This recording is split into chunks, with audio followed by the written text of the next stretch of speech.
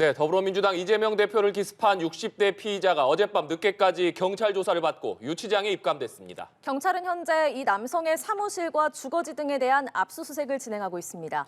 자세한 내용 현장에 나가 있는 취재기자 연결해 들어보겠습니다. 이호진 기자. 네, 저는 충남 아산의 한 공인중개사 사무소 앞에 나와 있습니다. 이곳은 이재명 대표에게 흉기를 휘두른 60대 피의자 김모 씨가 일했던 사무실인데요. 조금 전인 1시 40분쯤부터 부산경찰청에서 올라온 형사들이 압수수색을 진행하고 있습니다. 김 씨는 지난달 말까지 이곳에서 일을 해왔던 것으로 알려졌습니다.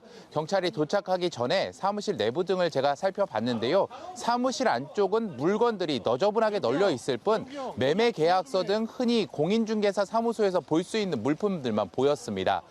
경찰은 이곳과 동시에 인근에 있는 김 씨의 거주지도 압수수색을 진행했습니다. 또 이와 더불어 지역 정당 사무실 등도 압수수색을 진행하고 있습니다.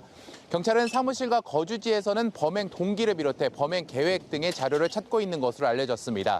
또 지역 정당 사무실 등에서는 김 씨의 정당 가입 여부 등을 살펴볼 것으로 예상됩니다. 네, 김 씨에 대한 수사는 어떻게 진행이 되고 있습니까? 구속영장도 신청할 걸로 보인다고요?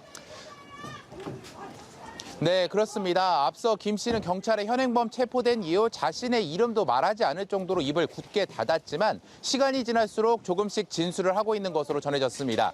특히 김 씨는 경찰 조사에서 살인의 고의성이 있었다고 말한 것으로 전해졌습니다. 그러니까 이 대표를 살해하려고 했다고 직접 진술한 셈입니다. 경찰은 또 정당 가입 여부 등은 여야 정당의 당적 확인 요청을 해놓은 상황입니다.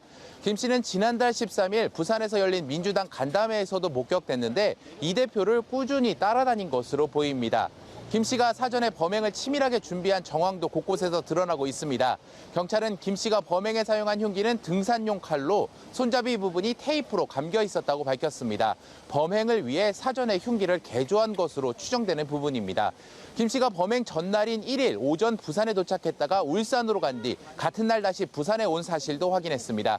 경찰은 김 씨가 경남과 부산 등을 순회하는 이 대표 방문지를 따라다닌 정황이 있는 것으로 보고 구체적 동선을 조사하고 있고 휴대전화 포렌식 조사도 진행할 예정입니다. 경찰은 이르면 오늘 살인미수 혐의로 구속영장을 신청할 방침입니다. 검찰도 부산지검의 특별수사팀을 꾸려 진상규명에 나서겠다고 밝혔습니다. 지금까지 충남 아산에서 연합뉴스TV 이호진입니다.